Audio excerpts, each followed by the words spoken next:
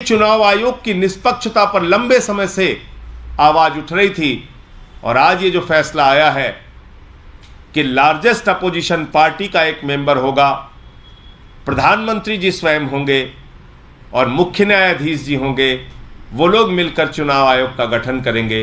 ये एक अच्छा बेहतरीन फैसला है और इससे चुनाव आयोग की निष्पक्षता को कायम रखने में, भारत के लोकतंत्र को मजबूत करने में, भारत के संविधान को मजबूत करने में मदद मिलेगी।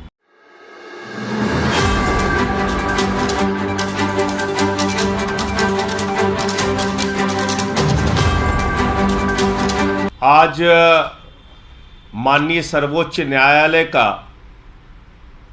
अडानी के मामले में एक बहुत ही महत्वपूर्ण फैसला आया है। वो फैसला जहां एक और सराहनीय फैसला है,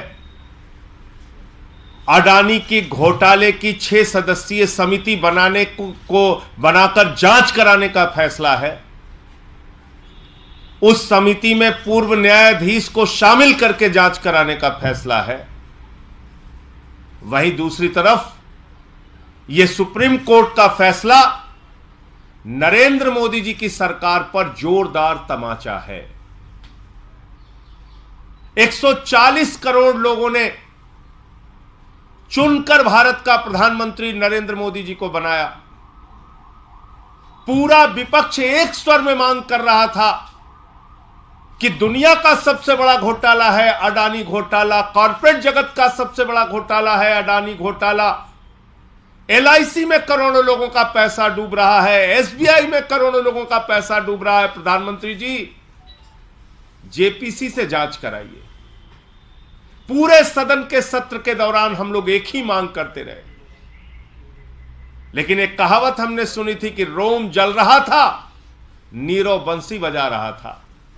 करोड़ों लोगों का पैसा डूब रहा था, अडानी का महाघोटाला सामने आया था और नरेंद्र मोदी जी जांच कराने से भाग रहे थे, जांच कराने के लिए तैयार नहीं थे, JPC बनाने के लिए तैयार नहीं थे। इसके पीछे कारण क्या है? इसके पीछे कारण बहुत ही साफ है, जो पहले दिन से मैं कह रहा हूं, नरेंद्र मोदी जी की सरकार ऊपर से लेकर नीचे तक भ्रष्टाचार में आकंठ डूबी हुई है।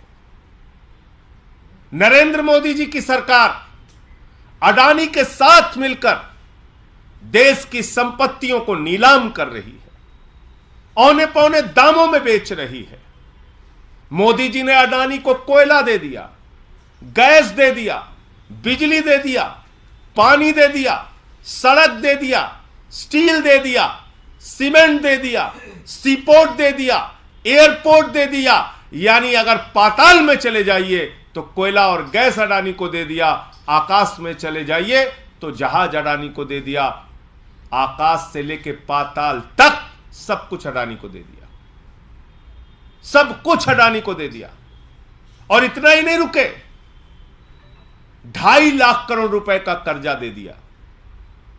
जब घाटा होने लगा व्यवसाय में तो 84,000 करोड़ का कर्जा माफ कर दिया। और उस अडानी ने क्या किया? अपने भाइयों के साथ मिलकर सैकड़ों फर्जी कंपनियां पूरे देश में और दुनिया में खोलने का काम किया। सैकड़ों फर्जी कंपनियां तमाम टैक्स हेवन कंट्रीज में, मॉरिशस और कैरेबियाई देशों में खोलने का काम विनोद अडानी ने किया, जो इसका भाई है अडानी का। और अकेले मॉरिशस का मैं बता रहा हूं, अकेले मॉरिशस एक पते पर 6 फर्जी कंपनियां खोली गई। उन 6 फर्जी कंपनियों की आमदनी का जरिया क्या है मालूम नहीं, लेकिन उन 6 कंपनियों के माध्यम से भारत में अडानी की कंपनी में 42,000 करोड़ रुपए लगाया गया। 42,000 करोड़ रुपए। क्या कर रही थी सेबी जब यह काला धन लग रहा था? क्या कर रही थी ईडी, इनकम टैक्स डिपार्टमेंट क्या कर रहा था जब यह काला धन अडानी की कंपनियों में लग रहा था? सेबी इसलिए कार्रवाई नहीं कर पाती क्योंकि सेबी में अडानी का समधी बैठा हुआ है। और माननीय सर्वोच्च न्यायालय से मैं यह भी अनुरोध करना चाहूंगा कि आपने सेबी से भी जांच की रिपोर्ट मांगी है, कम से कम उसके रिश्तेदार को उसमें शामिल ना किया जाए। वो रिश्तेदार अगर जांच करेगा तो कैसी जांच रिपोर्ट बना के देगा, यह समझा जा सकता है। क्योंकि सेबी तो खामोश रही है। अनाप शनाप पैसे दुनिया के देशों से काला धन हजारों लाखों करोड़ रुपए अडानी की कंपनी में आ रहा था, सेबी देख नहीं पाई। क्योंकि स्टॉक एक्सचेंज पे नजर रखने की जिम्मेदारी तो सेबी की है, क्योंकि वहां पर हो रहे किसी घोटाले घपले को देखने की जिम्मेदारी सेबी की है। अगर शेयर ओवर वैल्यू हो रहा था, मुनाफा ना होने के बावजूद शेयर के दाम अचानक बढ़ रहे थे, तो सेबी ने क्यों उस समय जांच नहीं की? एलआईसी का करोड़ों रुपए डूब गया, हजारों करोड़ रुपए डूब गया। एसबीआई ने हजारों करोड़ का कर्जा दे रखा है। आज जिन लोगों का पैसा एलआईसी में बुढ़ापे के पेंशन के लिए, बीमारी के लिए, बेटी की शादी के लिए लगा है, वो सारे लोग चिंतित हैं। जिन लोगों ने एसबीआई में पैसा जमा कर रखा है, वो सारे लोग चिंतित हैं। और बैंक मोदी जी डुबाना चाहते हैं, इसका एक ही प्रमाण है कि इन्होंने कहा है भले ही आपका करोड़ों रुपए बैंकों में जमा हो, लेकिन नया कानून मोदी जी ने बना दिया, वापसी सिर्फ 5 लाख रुपए मिलेगा। भले ही बेटी की शादी के लिए आपने 20 लाख जमा किया हो, बेटी की शादी की तारीख आ गई, बैंक डूब गया, तो मोदी जी सिर्फ आपको 5 लाख रुपए देंगे और कहेंगे अपना रास्ता नापो। यह कानून बन गया, नया कानून बन गया।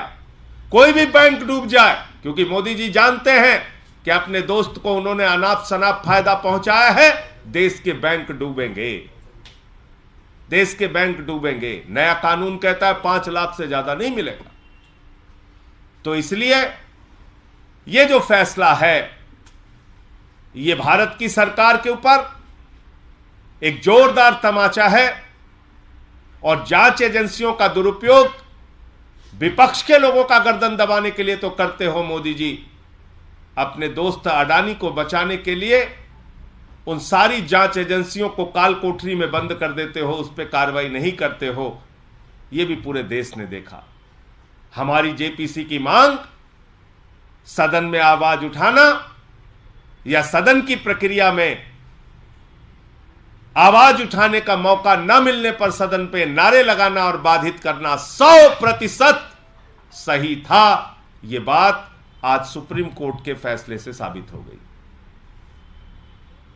और मैं फिर से कहना चाहता हूं, यह कॉरपोरेट जगत का और दुनिया का सबसे बड़ा घोटाला हुआ है, जो प्रधानमंत्री नरेंद्र मोदी जी के संरक्षण में उनके मित्र अडानी ने किया है। इसकी जांच की परतें खुलनी चाहिए।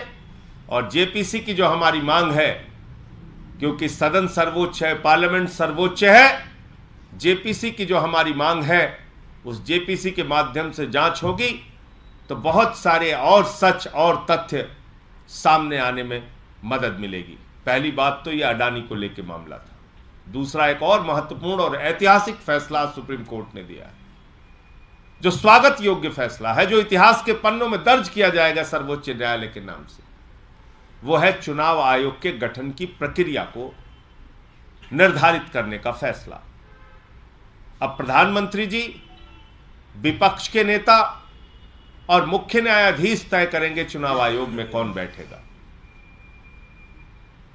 आप बताइए, चुनाव आयोग तब तक इंतजार करता है जब तक प्रधानमंत्री जी की रैलियां ना हो जाएं, योजनाओं की घोषणाएं ना हो जाएं। चुनाव आयोग तब तक इंतजार करता है जब तक गृह मंत्री जी की रैलियां और सभाएं ना हो जाएं।